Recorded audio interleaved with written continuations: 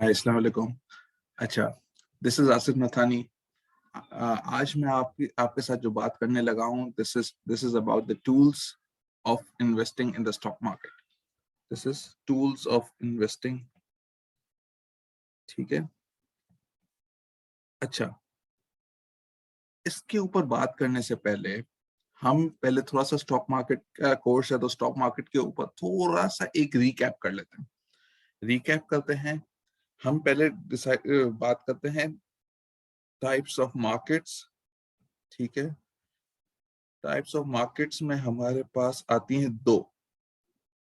One is the money market and the other one is capital markets.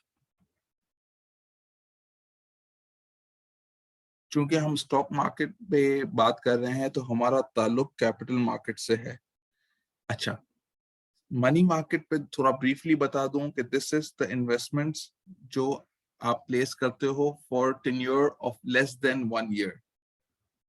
Less than 1 year. ठीक है।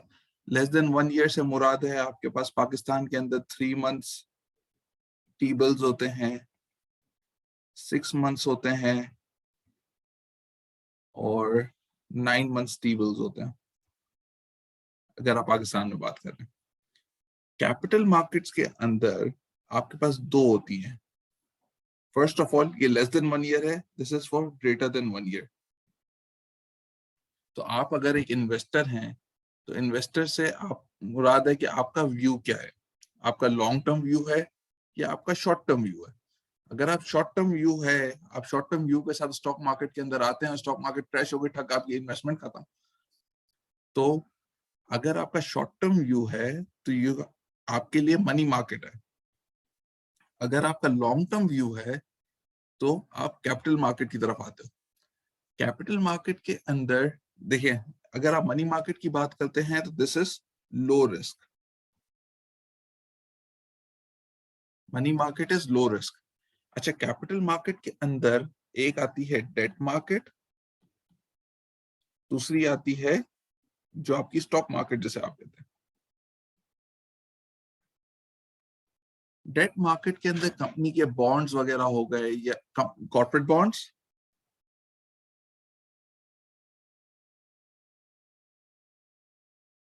अच्छा, corporate bonds के अलावा हमारे पास होते हैं जो गवर्नमेंट के लॉन्गर ड्यूरेशन के बॉन्ड होते हैं। गवर्नमेंट के लॉन्गर ड्यूरेशन के बॉन्ड जिसे हम पाकिस्तान में पीआईबीज कहते हैं। पीआईबीज से मुराद है पाकिस्तान इन्वेस्टमेंट बॉन्ड्स। पीआईबीज जो हैं आपके 3 ईयर, 5 ईयर, 10 ईयर, 30 ईयर, बड़ी ड्यूरेशन के बॉन्ड होते हैं। अच्छा, खैर ये हमारा टॉपिक नहीं है, हमारा टॉपिक है स्टॉक मार्केट। ठीक है। अच्छा, फर्स्ट थिंग फर्स्ट ये हो गया। इसके बाद आपका स्टॉक मार्केट को हम नॉर्मल जबान में, आप मार्केट में अगर आप जाके बैठे तो इसे हम इक्विटी मार्केट भी कहते हैं। ये इसे हम इक्विटी मार्केट कहते हैं। इक्विटी मार्केट क्या है? इक्विटी मार्केट को हम दो लफ्ज में अगर ब्रेक करें, ठीक है, ये मैं पूरा बिल्डअप बना रहा हूँ, ये जो हम टूल्स के ऊपर बात कर रहे हैं ये पूरा बिल्डअप बना रहा हूँ कि किस आपका फ्रेम ऑफ माइंड सेट कर रहा हूँ कि इस फ्रेम ऑफ माइंड के साथ आप स्टॉक मार्केट में इन्वेस्ट करेंगे। फिर आपको मैं टूल्स भी बताऊंगा क्या क्या टूल्स आपने यूज करने। अच्छा, इक्विटी और इक्विटी मार्केट में इक्विटी को और मार्केट को हमने ब्रेक कर दिया। अच्छा, इक्विटी पे हम बात करते हैं। इक्विटी क्या है? Equity is the residual interest. अच्छा, रेसिडुअल इंटरेस्ट क्या होता है? इसको आसान अल्फाज में समझने की कोशिश करते हैं। रेसिडुअल इंटरेस्ट ये है कि what ever is left over, this is left over. ठीक है। अब हम देखें, ये बैलेंस शीट है, इस पे एसेट्स हैं 100, आपकी लाइबिलिटीज देखें। अकाउंटिंग इक्वेशन हमने बचपन में पढ़ी है, ठीक है। आज आप इसको समझेंगे किस तरीके से। This is assets is equal to equity plus liability, ठीक है। तो इक्विटी प्लस लायबिलिटी नहीं है। अगर आपने इक्विटी बनानी है, अगर हमको ये इक्वेशन को हम लोग अगर दोबारा लिखें, इक्विटी अगर चाहिए तो equity is equal to assets minus liability. तो जो भी पे ऑफ करने के बाद जो बचा, what ever is left over is your equity, ठीक है। जो बच जाता है वो शेयर होल्डर या इक्विटी होल्डर के हिस्से में आता है। अच्छा, जो नॉन फाइनेंशियल जो नॉन अकाउंटेंसी बैकग्राउंड के अंदर है, तो ये एक सिंपल इक्वेशन है। इसमें कोई रॉकेट साइंस नहीं है कि आपके पास जो टोटल एसेट्स हैं उसमें कितना आपका खुद का है, कितना आपने मार्केट से पैसा उठाया है, तो दैट इज योर लायबिलिटी। वो आपने किसी दिन पे ऑफ करना है। तो वो पे ऑफ होने के बाद आपकी जो इन द एंड जो आपके हाथ में रह जाता है, दैट इज योर इक्विटी, ठीक है। दिस इज कांस्टेंट, ये कांस्टेंट है। आप कमाओ, इफ यू मेक प्रॉफिट या इफ यू लूज मनी, ठीक है, ये तो कांस्टेंट रहेगा, ठीक है। अब इस पे बात करते हैं, इस पे आते हैं अभी। एसेट्स अगर 100 है, लायबिलिटी आपकी 20 है, तो what is left over? Left over is 80। This is your equity, ठीक है। आज ये है। अब आपने, this is your second year of business, let's say this is your second year of business. आपने 10 रुपए का प्रॉफिट किया, ठीक है। और सब कुछ कर कराने के बाद, पे ऑफ करने के बाद, सैलरीज वगैरह सारे एक्सपेंसेस निकालने के बाद, यू मेड दिस 10 रुपीज, ठीक है। 10 आपने किया तो आपके एसेट्स हो गए 110, लायबिलिटी है 20। अज्यूमिंग कोई इंटरेस्ट वगैरह का एलिमेंट अभी नहीं है, जो इंटरेस्ट है वो हम पे कर चुके हैं, जो भी है अभी फिलहाल उसको सिंपल रखते हैं। तो इक्विटी हो गई आपकी 90, ठीक है। ये आपका इवेंचुअली अगर आप पैसे हारते हो, जाहिर सी बात है 10 रुपए अगर आप हार गए तो ये हो गया 90, ये 20 का 20 रहा, आपकी इक्विटी कम होकर 70 हो गई। तो हम जिस बिजनेस की बात कर रहे हैं, इज इट सेफ बिजनेस और is it a risky business? This is a risky business because आपकी परफॉर्मेंस, आपकी स्टॉक मार्केट की परफॉर्मेंस उस कंपनी पर डिपेंड करती है जिस कंपनी के अंदर आपने इन्वेस्ट किया है। अगेन, आपकी परफॉर्मेंस, मैं सट्टे की बात नहीं कर रहा। स्टॉक मार्केट में लोग सट्टा करते हैं, मैं सट्टे की बात नहीं कर रहा। मैं आपकी कोर परफॉर्मेंस की बात कर रहा हूं। I am talking about the core performance. Core performance is dependent on the company you are investing in, ठीक है। आपने अपनी सारी पूंजी एक कंपनी के हाथ में रख दी, अब वो कंपनी के हाथ में स्टीयरिंग है और वो कंपनी आपके पैसे को लेके चल रही है। तो this is your hard earn money, ठीक है, मुश्किल से कमाया हुआ पैसा है। तो उसको ऐसी जगह पे इन्वेस्ट करना है जो सेफ, साउंड एंड सिक्योर हो, ठीक है, जो सिक्योर हो, ठीक है। तो आपने कंपनी सिलेक्ट करते हुए ये क्राइटेरिया दिमाग में रखना है। Company drives your performance in stock market, ठीक है। तो जिस कंपनी के अंदर आपने इन्वेस्ट किया है, that is driving your performance, ठीक है। स्टॉक मार्केट नीचे चले गई, ऊपर चले गई, इस पे हम अभी नहीं है। हमने पैसा कंपनी के हाथ में दे दिया है, वो कंपनी इन्वेस्ट करी है। वॉरेन बफेट ने 11 साल की उम्र में कोका कोला में इन्वेस्ट किया। उसने अपनी वेल्थ कोका कोला के हाथ में दे दी, और आज वॉरेन बफेट कहता है कि यार, your favourite holding period, your best holding period is for ever. आप हमेशा के लिए होल्ड करो। इन्वेस्टर टू इन्वेस्टर की साइकोलॉजी डिपेंड करती है। अगेन, आप शॉर्ट टर्म इन्वेस्टर हो तो आप स्टॉक मार्केट में नहीं, आप मनी मार्केट में इन्वेस्ट करो। मनी मार्केट में इन्वेस्ट करोगे तो आपका पैसा सेफ, सिक्योर रहेगा, ठीक है। ये बात हो गई। अच्छा, अब हम इन्वेस्ट कर रहे हैं स्टॉक मार्केट के अंदर, तो जाहिर सी बात है बहुत टाइप के स्टॉक्स होते हैं, सही है। तो आपने सेलेक्ट करना है कि कौन सा स्टॉक आपको सूट करता है, सही है। हम टूल्स की तरफ आ रहे हैं, मैं बिल्डअप एक बना रहा हूँ, अभी भी मैं कह रहा हूँ मैं एक बिल्डअप बना रहा हूँ। फर्स्ट थिंग हमने पहले ये डिस्कस किया कि टाइप्स ऑफ मार्केट क्या है, नंबर 1। इसके बाद हमने इक्विटी डिस्कस किया, इक्विटी होती क्या है, इक्विटी को समझा हमने, सही है। इसके बाद अब आपको कौन सी मार्केट सूट करती है, सही है, कौन सा स्टॉक आपको सूट करता है, बेसिकली ये कहना चाह रहा हूं। तो there are two kinds of stocks mainly, दो मेन क्लासिफिकेशन है, ग्रोथ वर्सेस वैल्यू स्टॉक्स। इस पे बात करते हैं हम, ठीक है। ग्रोथ बेसिकली, ग्रोथ का जो इन्वेस्टर है, जो ग्रोथ स्टॉक्स के अंदर इन्वेस्ट करता है, वो बेसिकली देखता है कि मेरी कंपनी का पैसा, मेरी कंपनी जो है पैसे को कैसे ग्रो कर रही है। मुझे डिविडेंड नहीं चाहिए, अगेन कीवर्ड डिविडेंड, डिविडेंड हमें नहीं चाहिए, डिविडेंड हमारा गरज नहीं है। डिविडेंड किसका गरज है, वैल्यू वाले का, इससे डिविडेंड चाहिए, ठीक है। वैल्यू इन्वेस्टर क्या देखता है, वैल्यू इन्वेस्टर क्या देखता है कि मैं जिस कंपनी के अंदर इन्वेस्ट करने आज जा रहा हूं, तो वो एक अच्छी वैल्यू है या नहीं है। वैल्यू इन द टर्म कि यार मैं आज अगर इसमें 100 रुपए लगाता हूं तो ये मुझे इन रिटर्न क्या देगी। वैल्यू स्टॉक्स का सबसे बड़ा प्रोपोनेंट इज वॉरेन बफेट, ठीक है। वॉरेन बफेट इसका वैल्यू का है, ठीक है। हम इस पे डिटेल डिस्कशन कर रहे हैं अभी। डिविडेंड ग्रोथ वाले को नहीं चाहिए, उसको ग्रोथ चाहिए, इसको डिविडेंड चाहिए। अच्छा, अब इसमें देखें, एक एक चीज देखें, एक कंपनी का प्रॉफिट है 10 रुपए, सही है।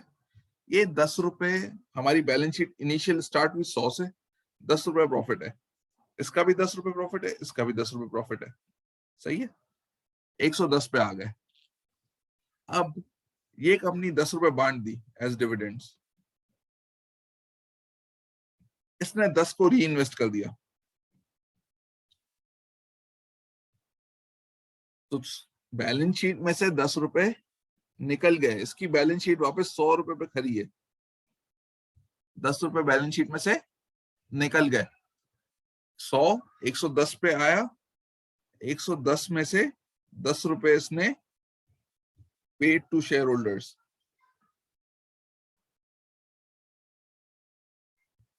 अब बचा कितना, 100 रुपए बचे, ठीक है। जब 100 रुपए बचे, अब कंपनी ग्रो करेगी, जब जब वापस अगले साल की बात होगी, तो इसके पास कितना कैपिटल है, 110 रुपए, इसके पास कितना कैपिटल है, 100 रुपए। ये जो कमाएगी 100 रुपए पे कमाएगी, ये जो कमाएगी 110 रुपए पे कमाएगी। तो अगर 10% ही अज्यूमिंग ये कमाते हैं, तो ये पहुंचेगी 110 पे, ये पहुंचेगी 121 पे। 110 मल्टीप्लाई बाय 10%, तो ये इसने 11 रुपए कमा लिए, इसने 10 कमाया, उसने 11 कमाए। इस तरह ये चीज कंपाउंड कंपाउंड कंपाउंड होते होते एक बड़ा पहाड़ बन जाएगा। ग्रोथ ग्रोथ स्टॉक्स की जो कंपनी है, जो यूएस में एक टर्म है Fang stocks,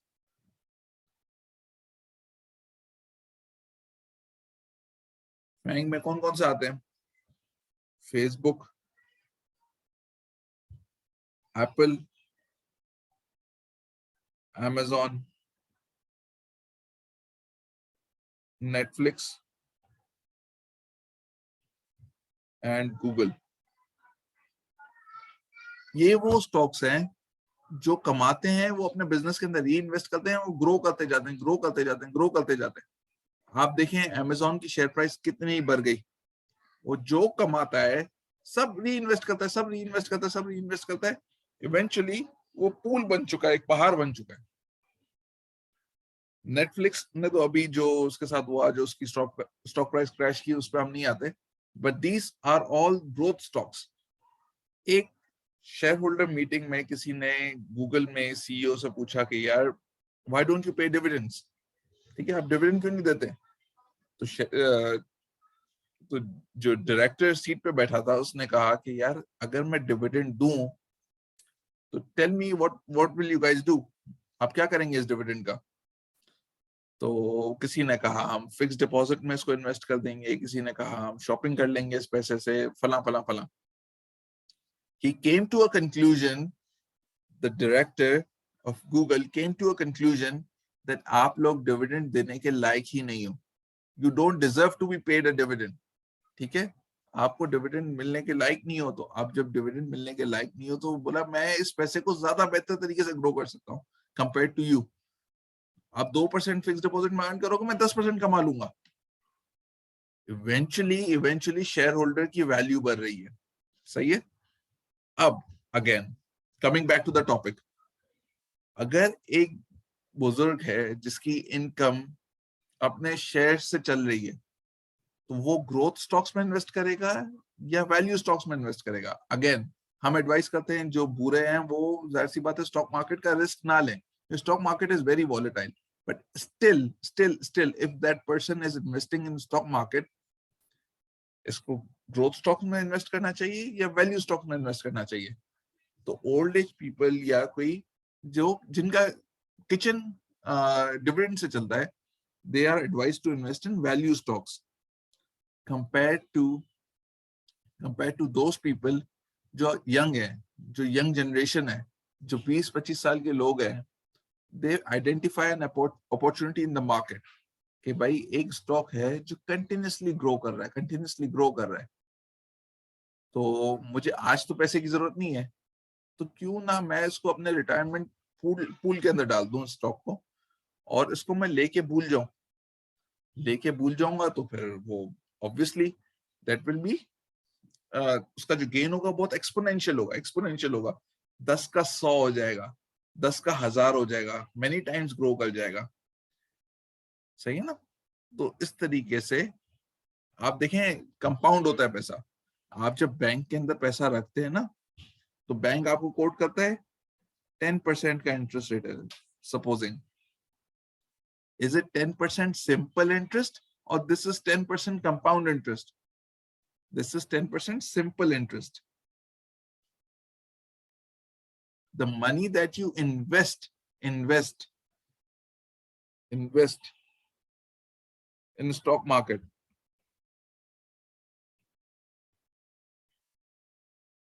this money is compounded.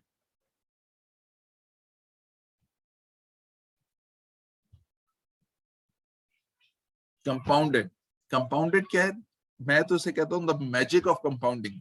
जिसको ये चीज समझ आ गई, जिसको ये कंपाउंडिंग का मैजिक समझ आ गया, वो बंदा he'll start to love investing. Albert Einstein को लोग ऐसे साइंटिस्ट जानते हैं, बहुत कम लोग जानते हैं कि he was an investor himself. साइंसदान के साथ वो एक इन्वेस्टर भी था. तो एल्बर्ट आइंस्टाइन ने एक बात कही, the one who understood, my apologies, compound interest is eighth wonder of the world. The one who understands it earns it. The one who doesn't understand pays it. कितनी खूबसूरत बात कही है इसने कि जिसको समझ आ गया वो कमा जाएगा, जो नहीं समझा वो गवा जाएगा. जिसने नहीं समझा गवाएगा कैसे? Credit cards. यूएस वगैरह में जो एक कॉमन प्रैक्टिस है, हमारे यहाँ तो फिर भी स्मार्ट इन्वेस्टर्स हैं.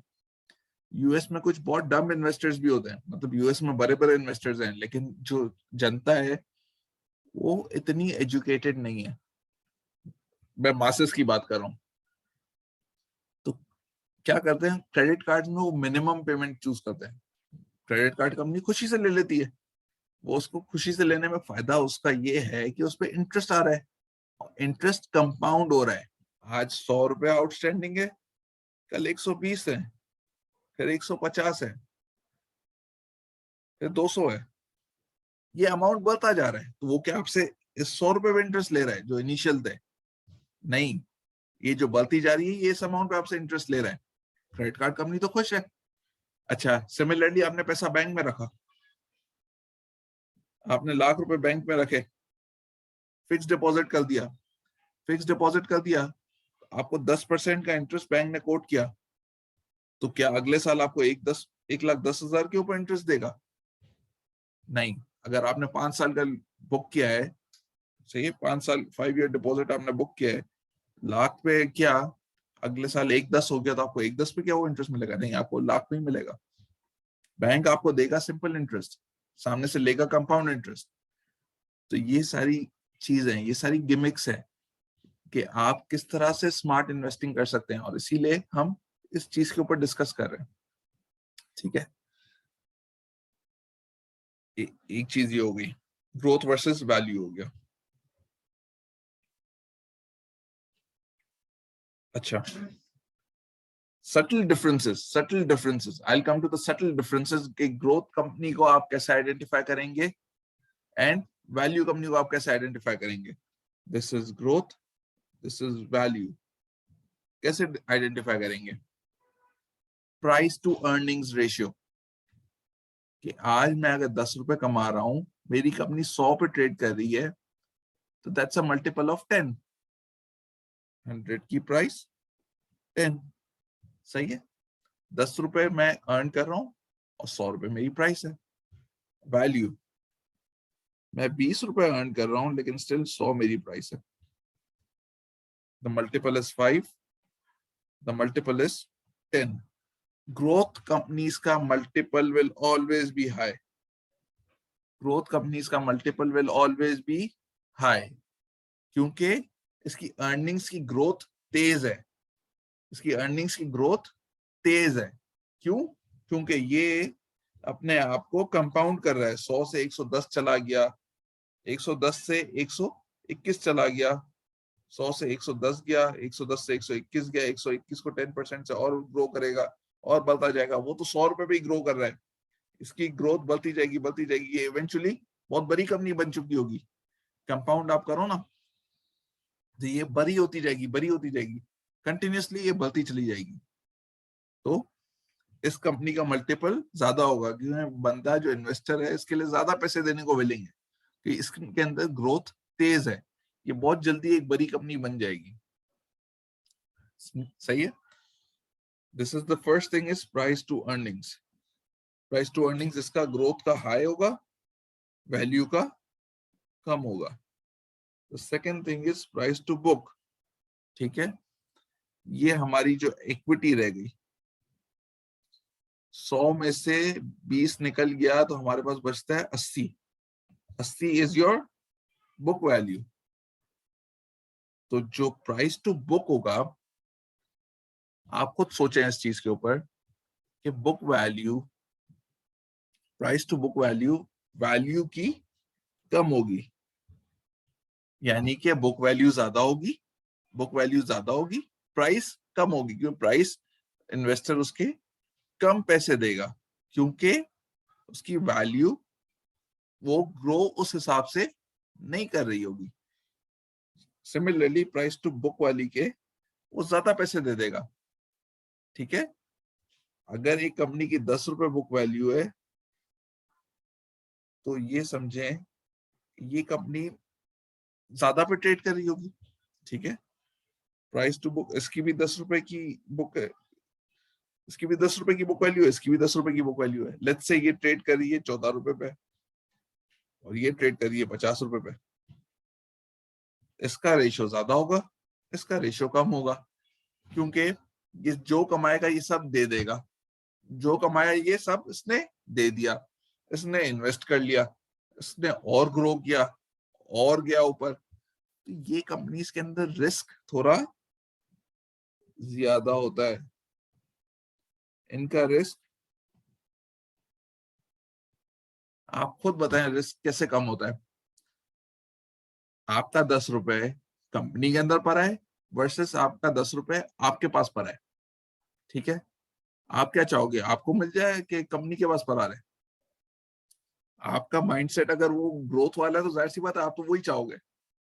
लेकिन एक लेमैन के हिसाब से सोचो, अब आप लेमैन के हिसाब से सोचोगे तो आप यही चाहोगे ना कि यार पैसा मेरे पास हो, कंपनी चाहेगी मेरे पास हो।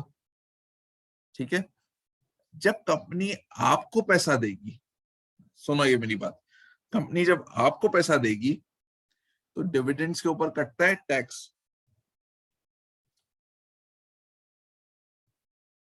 ठीक है, डिविडेंड जब आपको दिया तो आप कटा टैक्स, तो जो 10 है इफेक्टिवली आपको 20%, let's say I am talking about 20% tax, तो आपको मिला 8, कंपनी के अंदर ही रह गया, वो पैसा कंपनी के अंदर ही है, तो 10 का 10 ही है, कोई टैक्स नहीं कटा। ठीक है, इधर 10 का 10 ही रहा, इधर 10 से हो गया 8। तो एज अ, अब थोड़ा सा दिमाग लगाओ, मैं कहाँ बेटर ऑफ हूँ? मैं यहाँ बेटर ऑफ हूँ ग्रोथ में, या मैं वैल्यू में बेटर ऑफ हूँ? डिपेंड्स कि आपका किचन अगर स्टॉक मार्केट से चल रहा है तो आप तो भले 8 में खुश हो जाओगे, यार भले 8 मिलता है, लेकिन आप अगर चाहते हो कि यार मेरा पैसा कंपाउंड होता रहे, टैक्स भी नहीं कट रहा, सही है, तो मैं चाहूंगा ग्रोथ में इन्वेस्टेड रहूं। ठीक है, इसके बाद जो कैपिटल गेन्स है,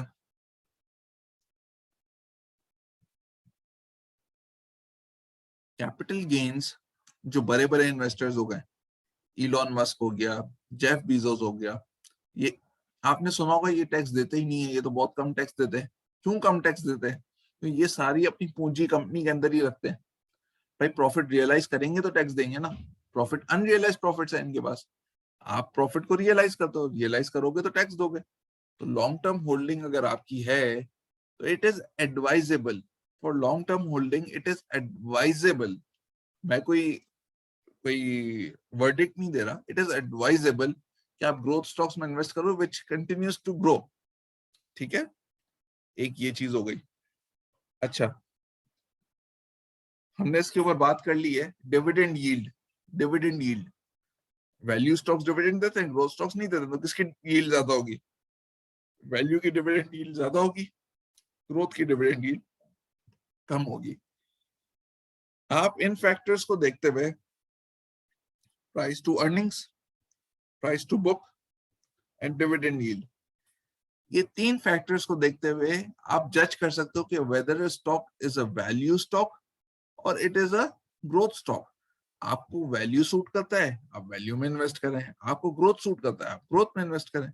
देयर इज नो लिमिटेशन, आपके ऊपर है, आपकी बिल्कुल आपकी चॉइस है कि आप वैल्यू में इन्वेस्ट करना चाहते हैं, योर चॉइस, आप ग्रोथ में इन्वेस्ट करना चाहते हैं, अगेन योर चॉइस, आपका पैसा है, तो आप जहां बेहतर इन्वेस्ट करना चाहते हैं आप वहां इन्वेस्ट कर लें इसको। ठीक है, ये टॉपिक क्लियर हो गया। अच्छा, अब बात करते हैं कुछ की टर्म्स के ऊपर।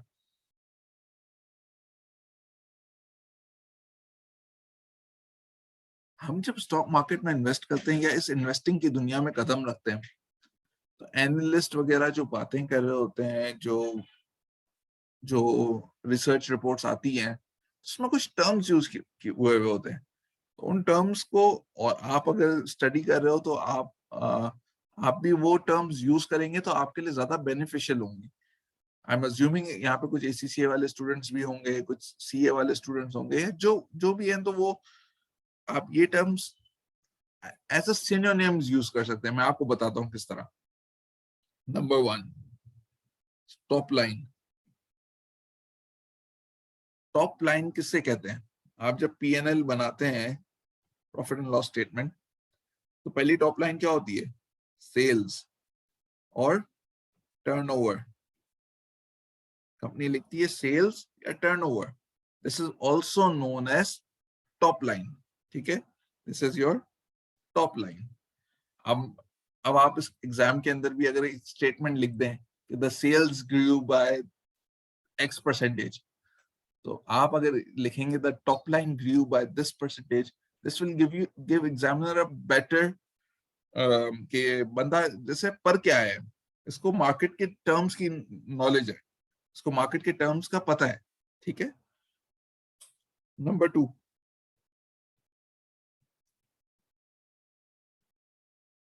Bottom line. बॉटम लाइन क्या है? आखिर में पीएनएल के नीचे सेल्स होती है, फिर उसमें कॉस्ट ऑफ सेल्स माइनस होता है, उसके बाद आपका ग्रॉस प्रॉफिट आता है। ग्रॉस प्रॉफिट के अंदर डिफरेंट एक्सपेंसेस माइनस होते हैं, सेल्स, डिस्ट्रीब्यूशन, एडमिनिस्ट्रेशन, सब कर करा के आपके पास ऑपरेटिंग प्रॉफिट आता है। ऑपरेटिंग प्रॉफिट में से आप टैक्सेस निकाल लेते हो। टैक्सेस निकालने के बाद आपके पास आखिरी में जो फिगर आती है, this is called profit after tax. Profit after tax, also known as PAT. सही है? The profit figure grew by this percentage. आप लिखें the bottom line grew by this much. This will give a better presentation या better opinion, मतलब कि एक आप बात समझ रहे हैं ना कि ये एक बेटर दिखाएगा, एग्जामिनर को एक अच्छी चीज दिखाएगा। ठीक है? इसके बाद third term is gross margins. ये आपको पता, gross margin is basically sales minus cost of sales is equal to your gross profit. Gross profit, अब GP divide by sales give you gross margins.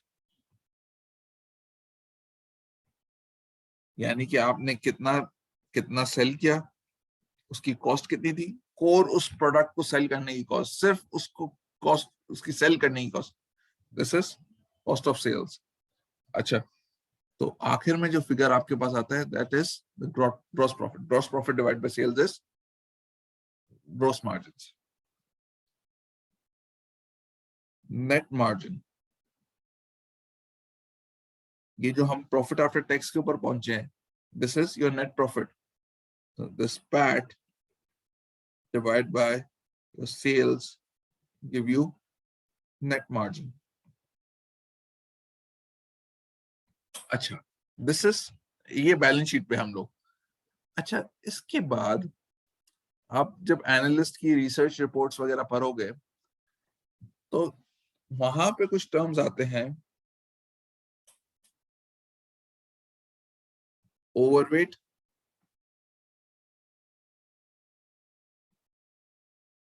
Underweight,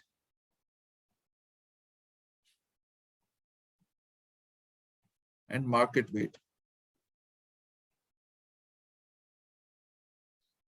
सही है? Overweight क्या है?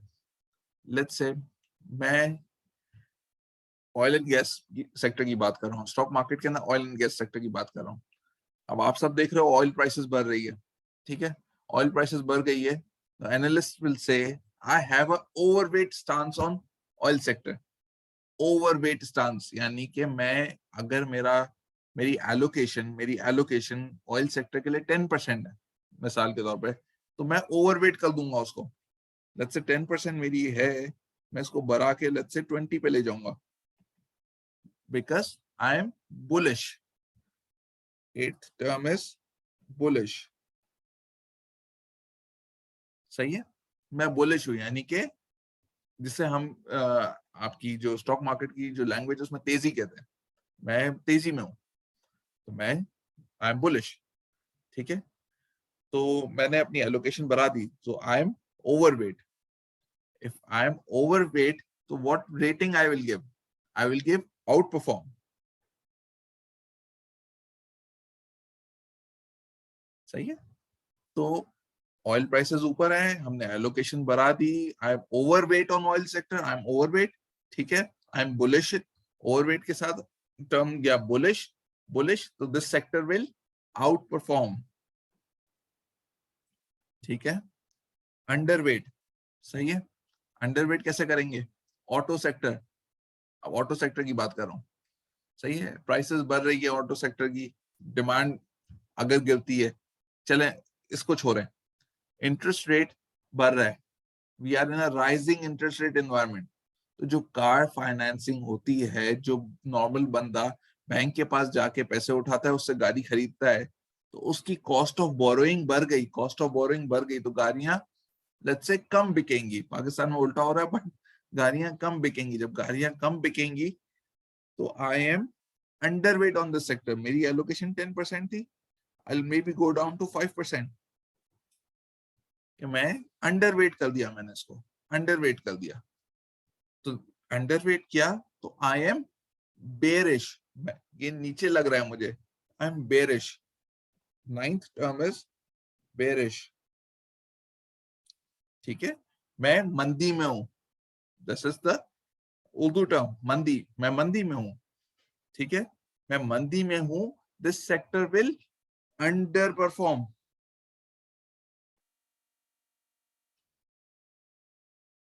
This sector is going to underperform, सही है।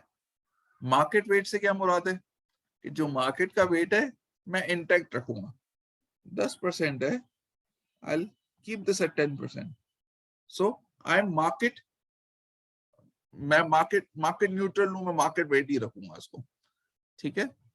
सो हमने ये market की कुछ टर्म्स देख ली, ठीक है, कौन कौन सी, top line, bottom line, gross margin, net margin, overweight, underweight, market weight, bullish, bearish, ये हमने टर्म्स देख ली। अच्छा, अब आते हैं की टॉपिक की तरफ, द फाइनेंशियल स्टेटमेंट्स।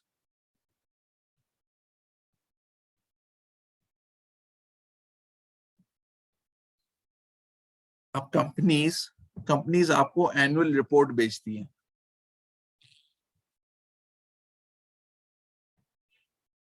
ये हर साल आपको एनुअल रिपोर्ट मिलती है, लोग उसको ऐसे ही लोगों के घर में सर रही होती है, लेकिन एनुअल रिपोर्ट के अंदर कुछ चीजें बड़ी इंफॉर्मेटिव होती हैं, जैसे कि आपने एक कंपनी को स्टडी करना है, तो कैसे स्टडी करना स्टार्ट करोगे, let's say I like a company ABC,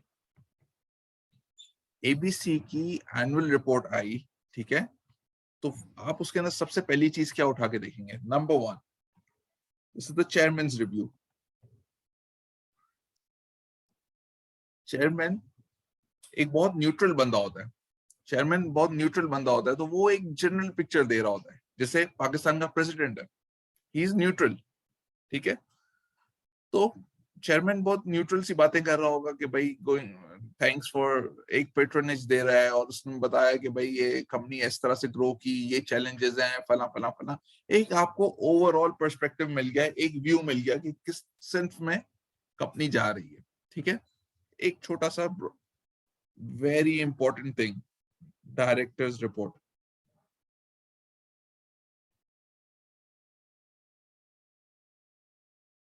अच्छा, डायरेक्टर रिपोर्ट के अंदर क्या है, उसने बताया कि भाई सेल्स पिछले साल ये थी, आज ये है, कॉस्ट ऑफ सेल्स ये थी, ये है, ग्रोस मार्जिन, ग्रोस प्रॉफिट इतना था, इतना है, आपने देख लिया ग्रोथ, पिछले साल से इस साल को कंपेयर कर लिया, ग्रोस मार्जिन दोनों साल के निकाल लिए, सही है, लेट्स से 100 था, इधर 95 था, 90 था, लेट्स कीप इट सिंपल, ठीक है, 90 के अंदर ये 20 है, और इधर भी 20 है, ठीक है, इधर 80 है, इधर 70 है, ठीक है, 80 over 100 is 80%, 70 over 90, I don't have a calculator in my hand, but this is definitely less than 80, ठीक है, तो कंपनी की परफॉर्मेंस अच्छी हो रही है, प्रॉफिट आफ्टर टैक्स देख लिया, ग्रो कर रहा है, वो बताएगा कि भाई क्या फैक्टर्स थे कि जिस वजह से कंपनी ऊपर गई है, वेरी इंपॉर्टेंट थिंग, इसमें फ्यूचर आउटलुक देगा, this is the key thing, आपने फ्यूचर आउटलुक जरूर पढ़ना है कि due to uncertainty of USD PKR, हम समझते हैं कि यार हमारे मार्जिन श्रिंक हो जाएंगे क्योंकि हम डॉलर्स में इंपोर्ट करते हैं, फला फला फला, इस तरह की चीजें मिलेंगी, कहीं पे मिलेगा कि we expect to receive some contracts, कुछ कंपनीज बड़ी डिस्ट्रेस्ड होती हैं, कि डिस्ट्रेस से मुराद कि लॉसेस में होती हैं, लेकिन we expect the company to revive, एक नई लाइन ऑफ बिजनेस मिल गई है, एक नई लाइन ऑफ क्रेडिट मिल गई है, जिसकी वजह से we expect the company to revive, आपने ये फाइनेंशियल स्टेटमेंट में की टर्म उठाया और आपने शेयर पकड़ा, ठीक है, कि भाई we expect the company to revive, लोग ये चीज नहीं पढ़ते, लोग डायरेक्ट, जो समझदार लोग हैं वो इस चीज को पढ़ते हैं। तो आई एक्सपेक्ट यू कि आप एक कंपनी की फाइनेंशियल रिपोर्ट उठाएं, पढ़ें, उसको स्टडी करें, जिसके अंदर आपको सुपरमार्केट में कुछ ब्रांड्स मिलते हैं, उसमें कुछ कंपनीज लिस्टेड है। तो stock market is a medium of doing partnership with great companies. Again, stock market is a medium of doing partnerships with great companies. अच्छी कंपनी के साथ आप इन्वेस्ट करो, उसके पार्टनर बन जाओ, ठीक है, जिंदगी आसान। तो अब आपने उस कंपनी को, आपने सुपरमार्केट में देख लिया, आप लोग वेरियस कारोबार के अंदर होंगे, तो उस कंपनी का देख लिया कि यार उसका कारोबार अच्छा चल रहा है, चलो व्हाई नॉट उसकी फाइनेंशियल स्टेटमेंट देखें, ठीक है। तो कोई ऐसी कंपनी आइडेंटिफाई कर ली, उसके अंदर ग्रोथ प्रोस्पेक्ट्स दिख गए फ्यूचर आउटलुक में, this is the first step, this is the first thing which makes you interested in the company as a growth investor, ठीक है, as a growth investor this makes you interested in the company. ऐसी कई companies हैं जो मैंने इस बिना पे उठा ली। आज फाइनेंशियल स्टेटमेंट्स रिपोर्ट आई, फ्यूचर आउटलुक पर अभी मैंने फाइनेंशियल स्टेटमेंट्स के अंदर घुसा भी नहीं। अब मैं अगर घुसूं, उसको डिटेल में करूं और स्टॉक निकल जाए हाथ से, तो वो भी तो अच्छी चीज नहीं है। तो the fear of missing out,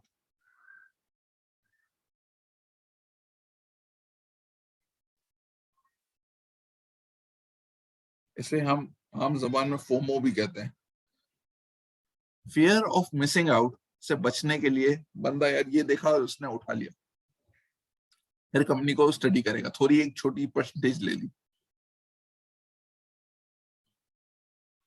अच्छा, फ्यूचर आउटलुक देख लिया, अब आपके पास क्या आती है? Balance sheet. बैलेंस शीट आई, बैलेंस शीट में आपने उठाया, कुछ चीजें उठा ली, प्राइस टू बुक, ठीक है, प्राइस टू बुक, प्राइस तो आपके पास है क्या, आज क्या प्राइस चल रही है। बुक वैल्यू कैसे निकालेंगे? Assets minus liabilities equal equities, सही है ना। ये हम इक्विटीज में इंटरेस्टेड है ना। इक्विटी की वैल्यू है लेट्स से 1000, ठीक है, जो टोटल इक्विटी की वैल्यू है वो 1000 है। नंबर ऑफ शेयर्स आउटस्टैंडिंग, आपको अभी डेटा पोर्टल पे आ रहा हूँ, डेटा पोर्टल पे दिखाता हूँ। तो number of shares outstanding let's say इस कंपनी के 10 शेयर है, gives a book value of 100, ठीक है। पाकिस्तान में अमूमन, दुनिया का स्टैंडर्ड भी बताता हूँ, पाकिस्तान का स्टैंडर्ड भी बताता हूँ। पाकिस्तान में अमूमन कंपनीज बुक वैल्यू से नीचे ट्रेड कर रही हैं, क्यों? मार्केट में इन्वेस्टर्स का कॉन्फिडेंस शेकी है, नहीं है। बाहर मुल्कों में अच्छे बिजनेसेस में, अमेरिका की बात कर रहा हूँ, अगर price to book less than 1.5 मिल जाए ना, तो they think this is a great company to invest in, good company to invest in. Pakistan में मैं आपको 10 कंपनी ऐसी निकाल दूंगा जो 0.75 से नीचे, इवन 0.5 से नीचे, ऐसी कंपनियां भी मौजूद हैं। एक कंपनी मैंने इन्वेस्ट किया है recently, that is 0.1, I can not name it but this is 0.1। यानी कि अगर 1000 रुपए बैलेंस शीट में पड़े हुए हैं, बैलेंस शीट में दिख रहे हैं 1000 रुपए पड़े हुए, मुझे वो कंपनी, उस कंपनी को टोटल वैल्यू करूं तो 100 रुपए की कंपनी है, सारे शेयर खरीद लो 100 रुपए में, उसकी बुक में 1000 पड़े हुए, और 1000 भी किसी रिसीवेबल्स या इन्वेंट्री में टाइड अप नहीं है, हार्ड कैश पर आवे। अब आप क्या करोगे? मुंह में पानी आ गया, इन्वेस्ट कर दोगे, बल्ले होल्ड करना पड़ता है। Eventually company will converge to book in long term, company will converge to book value in long term, ठीक है। This is important, this is very important. Price to book आप कब देखोगे प्राइस टू बुक, कब देखोगे? When you are a value investor. ये ratio हमने कब देखा? When you are a value investor. ठीक है, सबसे पहली चीज बैलेंस शीट। अभी हम बैलेंस शीट पे हैं, अभी हम प्रॉफिट एंड लॉस की तरफ नहीं गए। प्रॉफिट एंड लॉस की तरफ जाऊंगा अभी। दिस इज अभी बैलेंस शीट के ऊपर है। बैलेंस शीट में पहली चीज देख ली, प्राइस टू बुक।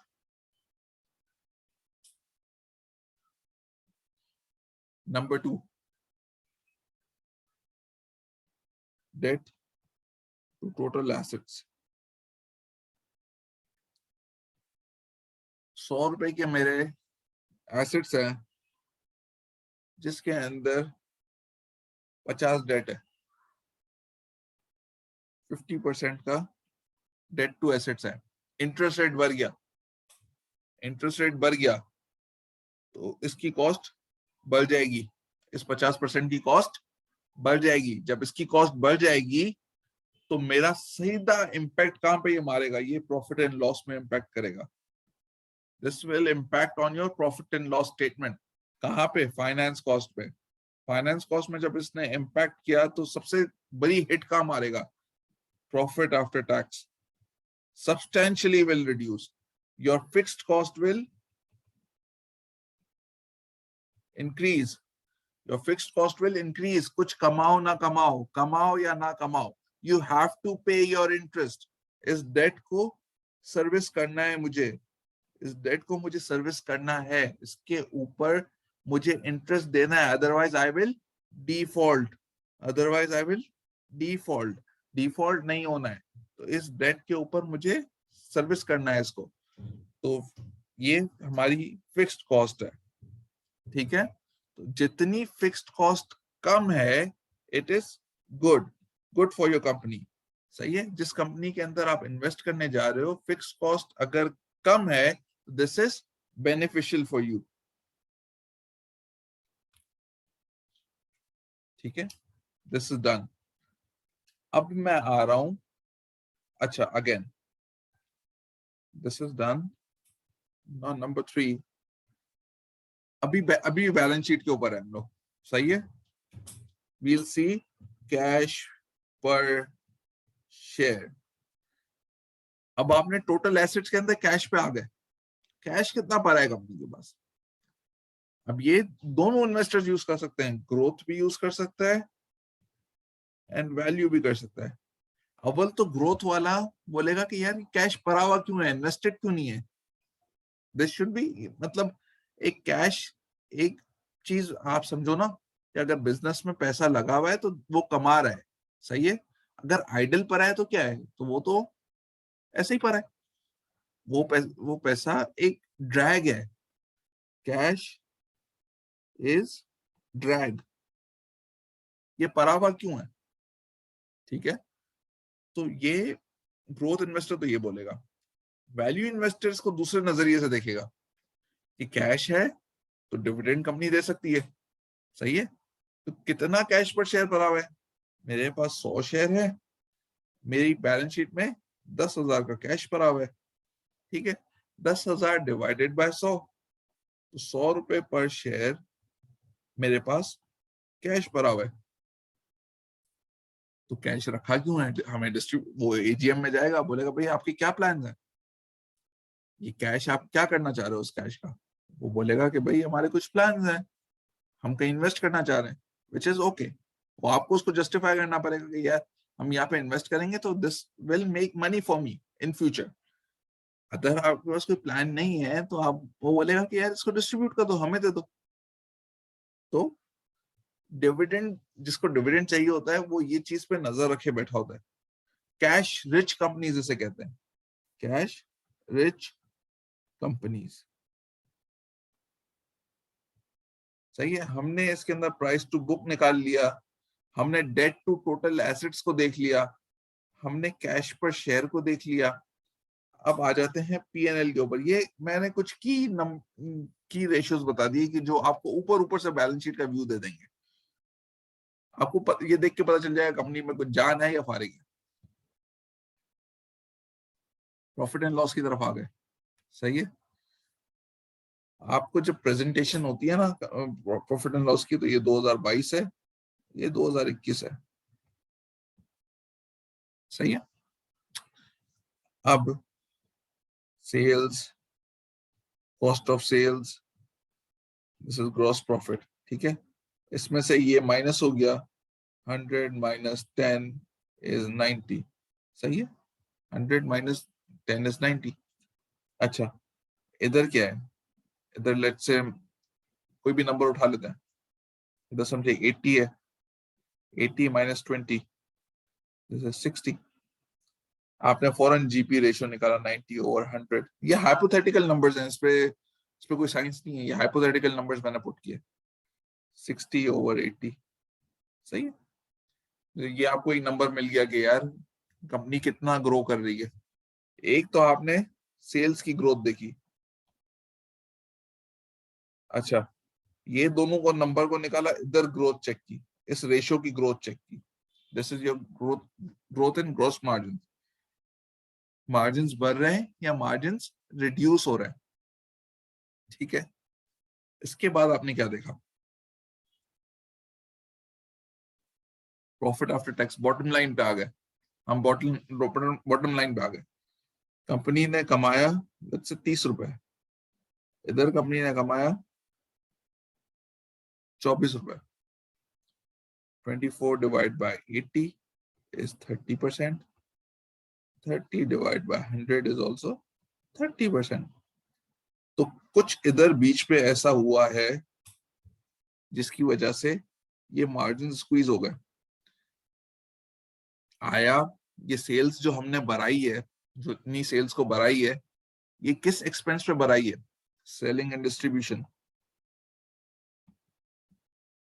ये एक्सपेंस होता है पीएनएल के ऊपर। तो ये जस्टिफाई कर रहा है इस चीज को, ये आपने देखना है कि सेलिंग एंड डिस्ट्रीब्यूशन बढ़ा के एट व्हाट एक्सपेंस ये मेरी सेल्स इतनी बढ़ी है। आपको अक्सर कंपनीज को डिस्काउंट्स देने पड़ते हैं, कोई ल्यूक्रेटिव ऑफर्स देनी पड़ती है टू ग्रो देयर सेल्स। तो ये चीज है, कितनी सस्टेनेबल है, ये सब आप कंपनी से पूछेंगे, बात करेंगे। एजीएम होती इसलिए, इन सब नंबर्स को आप देख रहे होते हैं। अच्छा, जब हम बैलेंस शीट के ऊपर होते हैं, एक रेशियो मेरे जहन में अभी अभी बात करते करते आया, दिस इज इन्वेंट्री। हमारी बैलेंस शीट में एक नंबर होता, एक चीज होती है करंट एसेट्स के अंदर, करंट एसेट्स में एक होती है हमारी इन्वेंट्री। अच्छा, इन्वेंट्री है, ये ग्रो कर रही है, ये ऊपर जा रही है, ये नीचे आ रही है, सही है। अगर तो ये इन्वेंट्री पाइल अप होती जा रही है, पाइल अप होती जा रही है, सही है, इसका मतलब क्या है, हम कौन सा रेशियो चेक करेंगे, इन्वेंट्री उठाया हमने यहां से, सेल्स उठाया हमने यहां से, ये दोनों का कंबाइंड रेशियो है बैलेंस शीट और पीएनएल का। हमने देखा इन्वेंट्री टू सेल्स, ठीक है, ये रेशियो बढ़ रहा है। If this ratio is increasing, इसका मतलब company is not able to sell, इधर कोई प्रॉब्लम है, कंपनी बेच नहीं पा रही है, इधर कुछ प्रॉब्लम है। अगर तो ये रेशियो कम हो रहा है, दिस डिनोट्स कि कंपनी अच्छा सेल कर रही है, और there is a growth in economic activity. इधर हो सकता है कि हम रिसेशन के अंदर चले गए हो, स्पेंडिंग रिड्यूस हो गई हो, परचेसिंग पावर कम हो गई हो, जिस वजह से हम, मतलब लोगों का खरीदारी का रुझान कम हो गया है, तो इन्वेंट्री टू सेल्स बढ़ गया। हाँ, या तो हम बहुत अच्छी इकोनॉमिक बूम आ गया है जिसकी वजह से लोगों का बहुत पैसा है, तो दे वो हर चीज बाय कर रहे हैं, जो वो बाय कर सकते हैं वो कर रहे हैं, स्पेंडिंग बहुत बढ़ गई है लोगों की, जैसे कि अभी आजकल यूएस में हो रहा है, तो वो सब बाय कर रहे हैं भाई। पहले होता था कैश इज किंग, अब हो गया इन्वेंट्री इज किंग, जिसके पास इन्वेंट्री है वो बादशाह है, वो जिस मर्जी चाहे प्राइस पे बेच सकता है। तो इन्वेंट्री टू सेल्स बढ़ रहा है तो कंपनी बेच नहीं पा रही है, इधर प्रॉब्लम है। गिर रहा है तो कंपनी ज्यादा सेल कर रही है, ठीक है, उसको एक्सपेंशन की जरूरत है। एक्सपेंशन की जरूरत है, ठीक है, इन्वेंट्री टू सेल्स गिर रहा है, let me write it here, inventory to sales गिर रहा है, ठीक है, एक लॉन्ग टर्म इन्वेस्टर इन्वेस्ट कर रहा है, ठीक है, इन्वेंट्री टू सेल्स गिर रहा है, इसका मतलब कि और इन्वेंट्री की जरूरत है, the company needs to go for expansion. जब एक्सपेंशन के लिए जाएगी तो उसको फंड्स चाहिए होंगे, फंड्स चाहिए तो अगेन हम कहां चले गए, फंड्स चाहिए तो हम कहां चले गए, कैश पर शेयर, ठीक है, कितना कैश पर है, क्या ये इससे फंड हो सकता है, नहीं हो सकता, तो डेट लेना पड़ेगा। डेट की क्या सूरत हाल है, डेट की क्या सूरत हाल है, और लेवरेज चाहिए, तो ये और सिचुएशन को खराब कर देगा। अच्छा, इंटरनली जनरेटेड कैश है तो सबसे अच्छा है, सबसे चीप कॉस्ट ऑफ फाइनेंसिंग क्या है, internally generated funds, internally generated funds,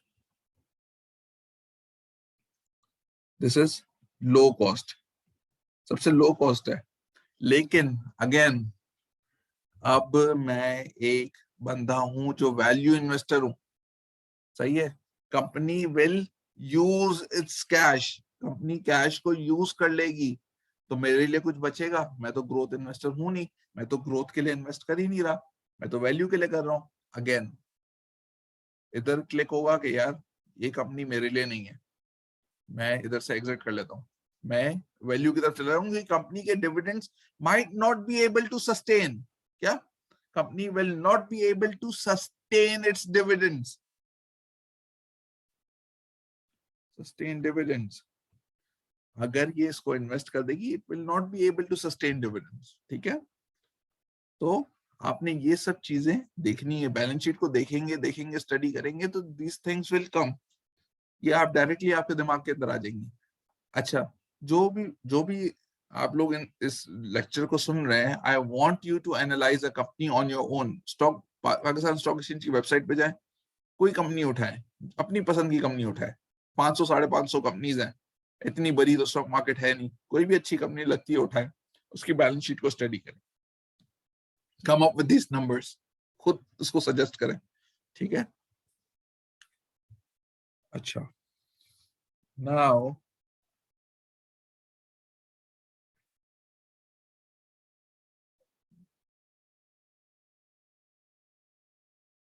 let's go to the data portal.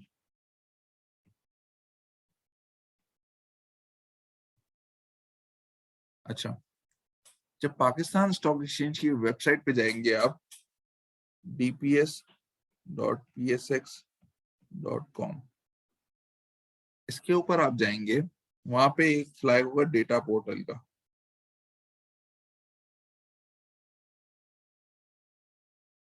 ये बहुत एक अच्छा टूल दिया है पाकिस्तान स्टॉक एक्सचेंज की मैनेजमेंट ने, पहले ये नहीं हुआ करता था। तो आप इस डेटा पोर्टल के ऊपर जाएंगे, उसके ऊपर सबसे पहले तो आपके पास KSE 100 का ब्रीफ आ जाएगा कि ये 52 वीक हाई है, 52 वीक लो है। अच्छा, again simple question first, A and B, value और ग्रोथ अभी नहीं है, ठीक है, वैल्यू ग्रोथ नहीं है, similar companies, one is trading at a PE of 5, one is trading at a PE of 3, ठीक है, एक 3 के मल्टीपल पे है, एक 5 के मल्टीपल पे है, आप कौन सी बाय करेंगे। क्या मैं अभी दोनों कंपनीज अज्यूमिंग दोनों वैल्यू है, अब कौन सी बाय करेंगे, वैल्यू और ग्रोथ होती तो हम कैरेक्टरिस्टिक्स देखते हैं कंपनी के, कितनी ग्रोथ है क्या है, उसके बाद हम डिसीजन बना रहे होते हैं।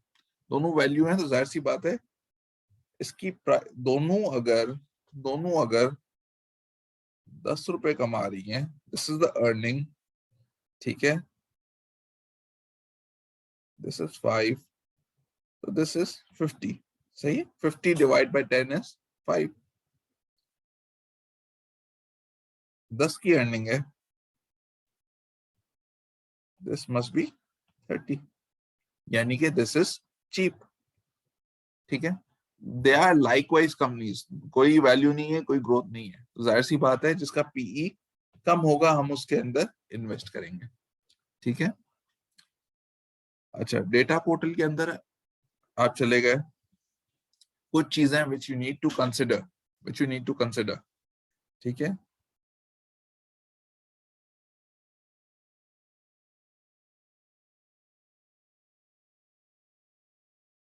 सही है, आपने कंपनी उठानी है तो ऐसी उठानी है which is close to 52 week लो।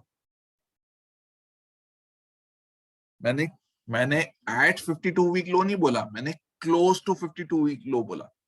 इसकी रीजन क्या है? वॉरेन बफेट एक चीज कहता है, never measure the depth of the river by putting both your feets inside. ठीक है, never measure the depth of the river by putting both your feet inside। इससे मुराद क्या है? इससे ये मुराद है कि आपको नहीं पता बॉटम क्या लगना है।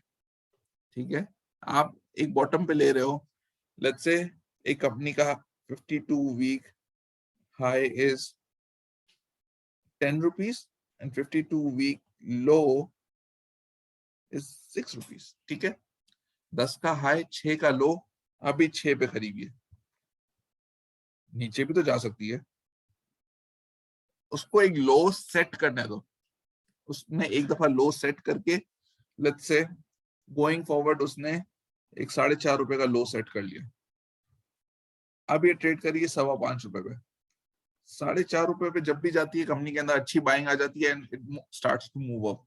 ये 3 4 5 दफा ये लेवल टेस्ट हो चुका है। लेवल आपको, आप ये ग्राफ्स देखोगे ना कंपनी के डेटा पोर्टल पे जाके, तो you will get to know कि भाई ये कंपनी का साल का लो क्या बना है। ठीक है, अब 5.25 रुपए पे चल रही है, साल का हाईएस्ट 10, अब ये 6 खत्म हो चुका, अब 4.5 का लो बन चुका है। ठीक है, और 5.25 पे चल रही है, और ये लेवल बार बार टेस्ट हुआ है, ये लेवल नहीं टूटता। अब क्या करूं, मैं इसको ले लूं, कंपनी भी प्रॉफिटेबल है, ये सारे जो रेशियोज हमने ऊपर बात की ना वो भी अच्छे हैं, और कंपनी प्रॉफिटेबल भी है, ग्रोथ भी आ रही है, थोड़ी बहुत ग्रोथ भी आ रही है, थोड़ी बहुत ग्रोथ भी चल रही है। This is the good time. ठीक है, then you can invest in this company. अच्छा, एक तो हमने देख लिया 52 वीक लो।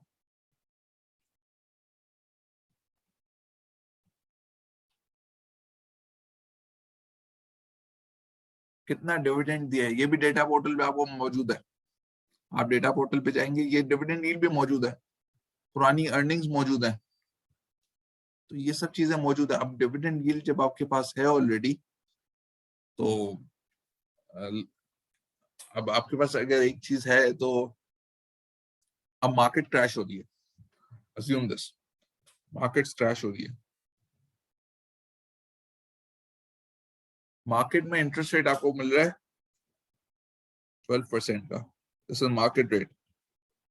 सही है, आपने कंपनी आइडेंटिफाई की हुई है जो 15% की यील्ड देती है। डिविडेंड यील्ड का फॉर्मूला क्या है? Dividend divide by price. अगर मैं आज 100 रुपए लगाता हूं तो मुझे 15 रुपए मिलते हैं। ठीक है, ये अगर मार्केट क्रैश हो रही है, ठीक है, मार्केट का रेट तो 12% ही है, सही है, ये क्रैश होके चला गया, प्राइस नीचे चले गई, जाके हो गई 80 रुपए, 80 रुपए पे चले गई। सही है, तो ये रेशियो जब डिनोमिनेटर कम हो गया तो उसका रिजल्ट बढ़ गया। सही है ना, जब डिनोमिनेटर बढ़ गया 15 डिवाइड बाय 80, तो ये is definitely more than 15। 15 divide by 80 is definitely more than 15। ठीक है, तो डिविडेंड यील्ड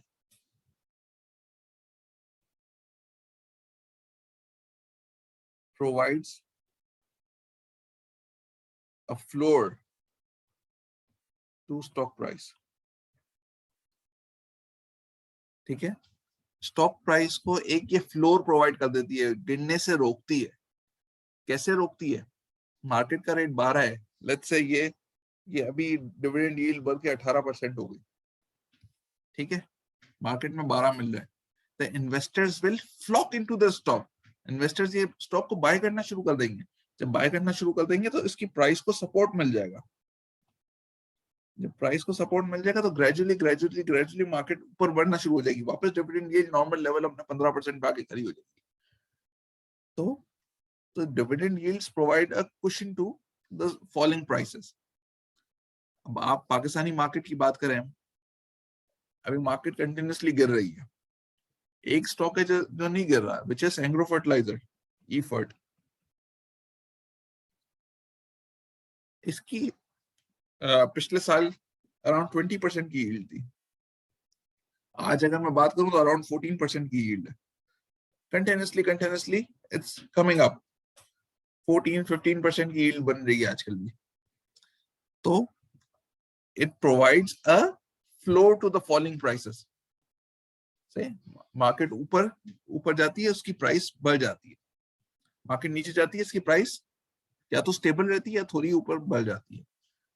तो this is how you need to interpret the stocks. अच्छा, डिविडेंड यील्ड देख लिया।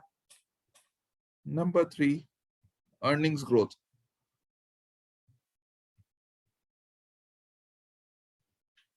अच्छा, ईयर ऑन ईयर कितनी अर्निंग्स ग्रो हो रही है? One is the year on year growth.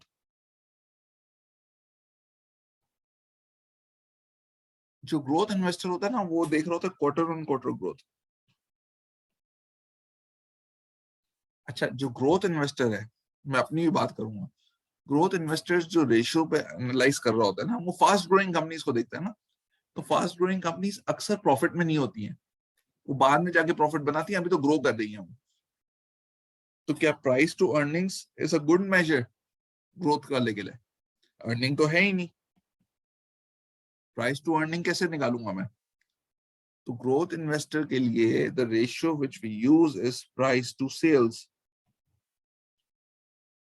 US में टेक्नोलॉजी कंपनीज जो पैसे नहीं बना रही, they are valued at a multiple of sales, multiple of 2, multiple of 3। Startups जो होते हैं, जो स्टार्टअप होता है, स्टार्टअप तो पैसा नहीं बनाता ना, लेकिन वो बहुत तेजी से ग्रो कर रहे होते हैं।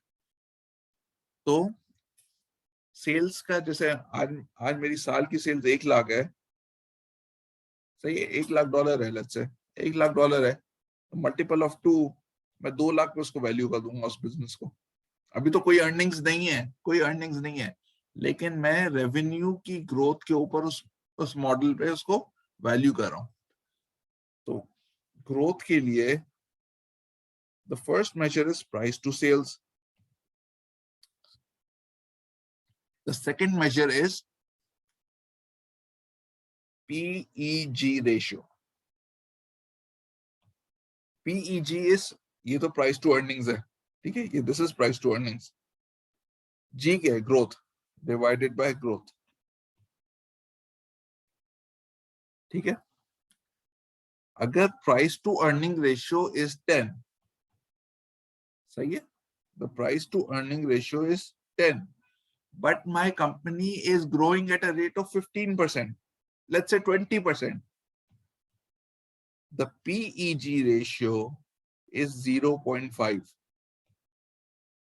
एक बेंचमार्क ये है कि अगर PEG ratio is less than 1 is considered to be very good।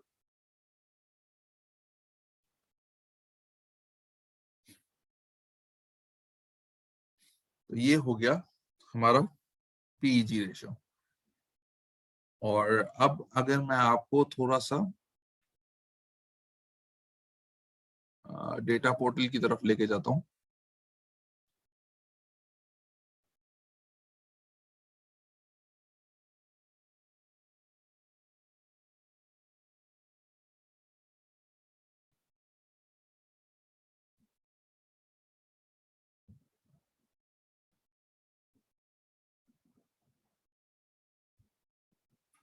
अच्छा,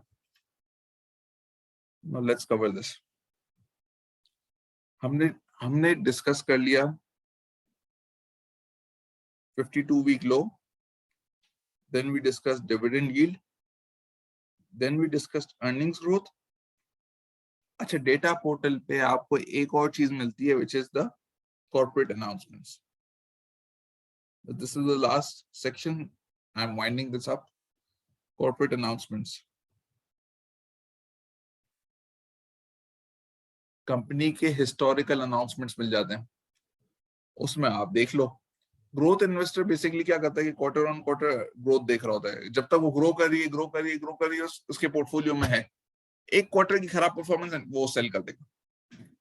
ग्रोथ यहाँ जैसे स्टॉप हुई वो सेल कर देगा। तो हमारे पास ग्रोथ इन्वेस्टर्स के लिए अभी एक नया आया है जेम बोर्ड।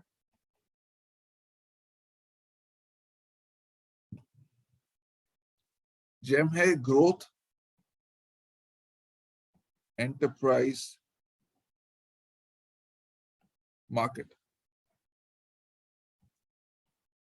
इसमें स्मॉल बिजनेसेस, इसका क्राइटेरिया बता रहा हूं आपको, जिसको 25 मिलियन तक की फंडिंग रेज करनी है, 25 मिलियन पीकेआर, विच इज छोटे बिजनेसेस होगा 2.5 करोड़ रुपए तक की, 2.5 करोड़। इसका लिस्टिंग क्राइटेरिया बता रहा हूं। इतनी फंडिंग रेज करनी है, और number 3, 2 out of 3 years in profit. पिछले 3 में से 2 साल अगर ये प्रॉफिट में रही है तो it qualifies to be listed on GEM board. मतलब मैं अगर एक बिजनेस हूं, मैं एक प्राइवेट लिमिटेड कंपनी हूं, और मैं ये 3 क्राइटेरिया फुलफिल करता हूं, तो मैं स्टॉक मार्केट में जेम बोर्ड पे लिस्टिंग के लिए अप्लाई कर सकता हूं। जब मैं ऑब्वियसली बड़ा हो जाऊंगा, जब बच्चा बड़ा हो जाता है, तो it will move to the normal board.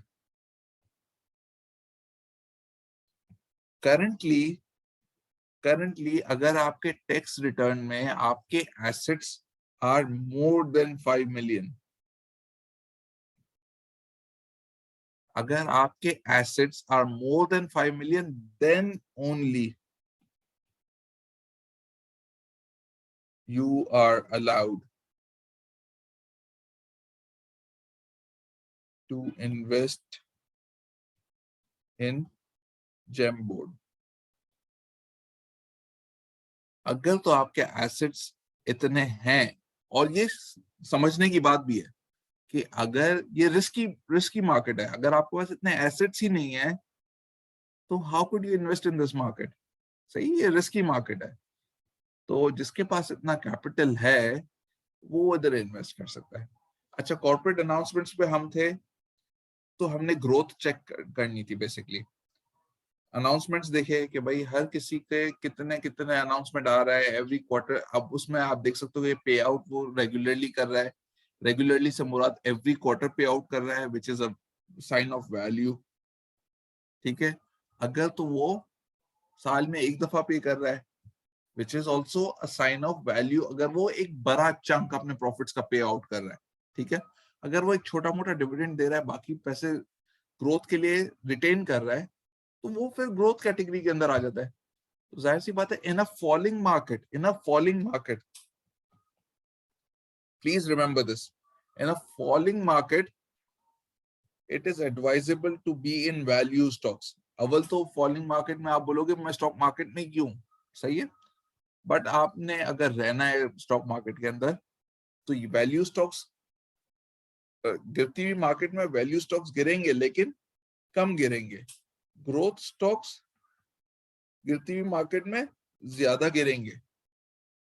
Rising market, चलती हुई मार्केट में वैल्यू स्टॉक्स बढ़ेंगे लेकिन कम बढ़ेंगे। ग्रोथ स्टॉक्स बहुत ज्यादा बढ़ेंगे। सही है, तो जब गिर रही है मार्केट तो समझदारी इसी में है कि आप ग्रोथ से निकल के वैल्यू में चले जाएं। अगर मार्केट चल रही है तो it is advisable that you stay in growth. सही है, लेकिन you have to be very vigilant, vigilant. You have to be very vigilant. क्या करना है, क्या देखना है? कंट्री के मैक्रो इकोनॉमिक फैक्टर्स देखें. हम 6 महीने से, पिछले 6 महीने से IMF हमें रुला रहा है कि यार लॉलीपॉप मिल रहा है कि भाई अभी मिलेंगे पैसे, अभी मिलेंगे पैसे, अभी मिलेंगे, नहीं मिल रहे. Macro economic situation is worsening, which can be seen on the stock market. आपका मैक्रो इकोनॉमिक फैक्टर्स क्या आपको नजर आता है? मैक्रो क्या है? बड़ी पिक्चर, बड़ी पिक्चर. सही है. PKR जो हमारी करेंसी है, this is falling. Number 1, debt to GDP. ठीक है. GDP हमारी होती है डॉलर टर्म्स में. ठीक है. GDP होती है डॉलर टर्म्स में. अगर PKR की वैल्यू गिर जाएगी, क्यों, हम गुड्स एंड सर्विसेज जो प्रोड्यूस कर रहे हैं वो तो PKR में कर रहे हैं, तो अगर डॉलर PKR गिर जाएगा, डॉलर बढ़ जाएगा, तो जो जाहिर सी बात है, जो रुपए वाला नंबर जो GDP का है उसको डिवाइड बाय मैं ज्यादा वैल्यू ऑफ डॉलर करूंगा, डॉलर से डिवाइड करूंगा, विच इज इंक्रीजिंग, तो GDP is shrinking. GDP is shrinking. ठीक है भाई. डेट, डेट हम किस में लेते हैं? डॉलर में लेते हैं. जब डॉलर में हम डेट लेते हैं और डॉलर बढ़ रहा है, सही है, डेट तो डॉलर फिगर तो उतनी ही है डेट की, डेट का dollar number is the same, उस पर इंटरेस्ट भी कर रहा है, लेकिन GDP मेरी गिर रही है, debt is the same, GDP falling in dollar terms, this ratio is increasing, debt to GDP is increasing. जब when debt to GDP is increasing, it is a red flag.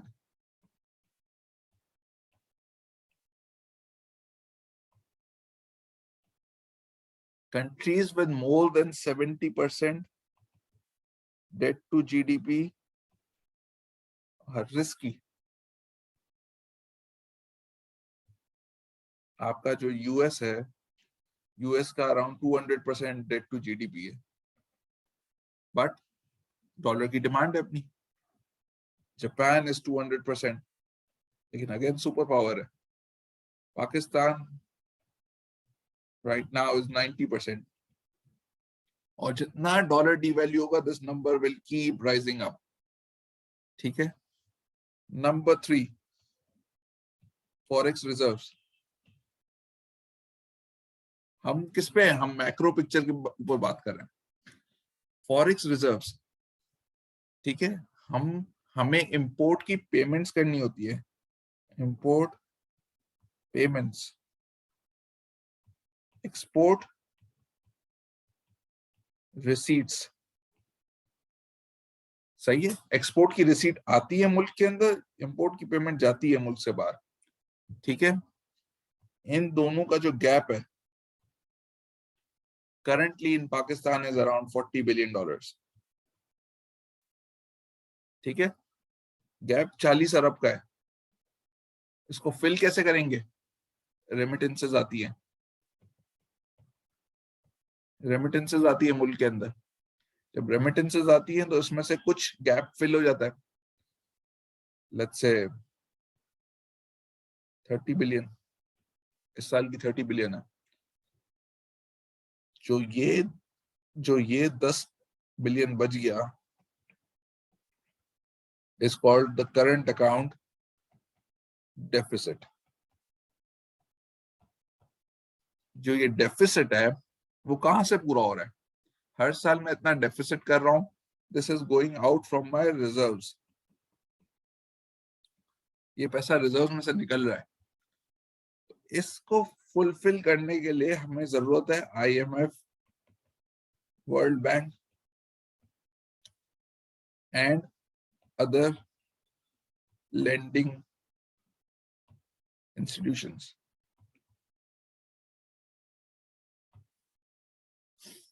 IMF जो होता है वो आपको शॉर्ट टर्म सपोर्ट देता है, world bank long term के लिए. IMF आपकी शॉर्ट टर्म नीड्स पूरी करने के लिए. अदर लैंडिंग में क्या है, ये पाकिस्तान के लिए क्या है other lending? Asian development bank.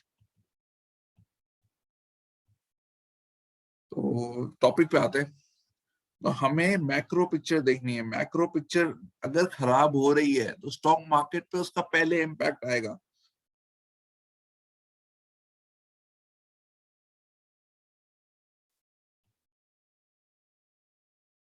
बेहतर है आप स्टॉक मार्केट से एग्जिट ले लें।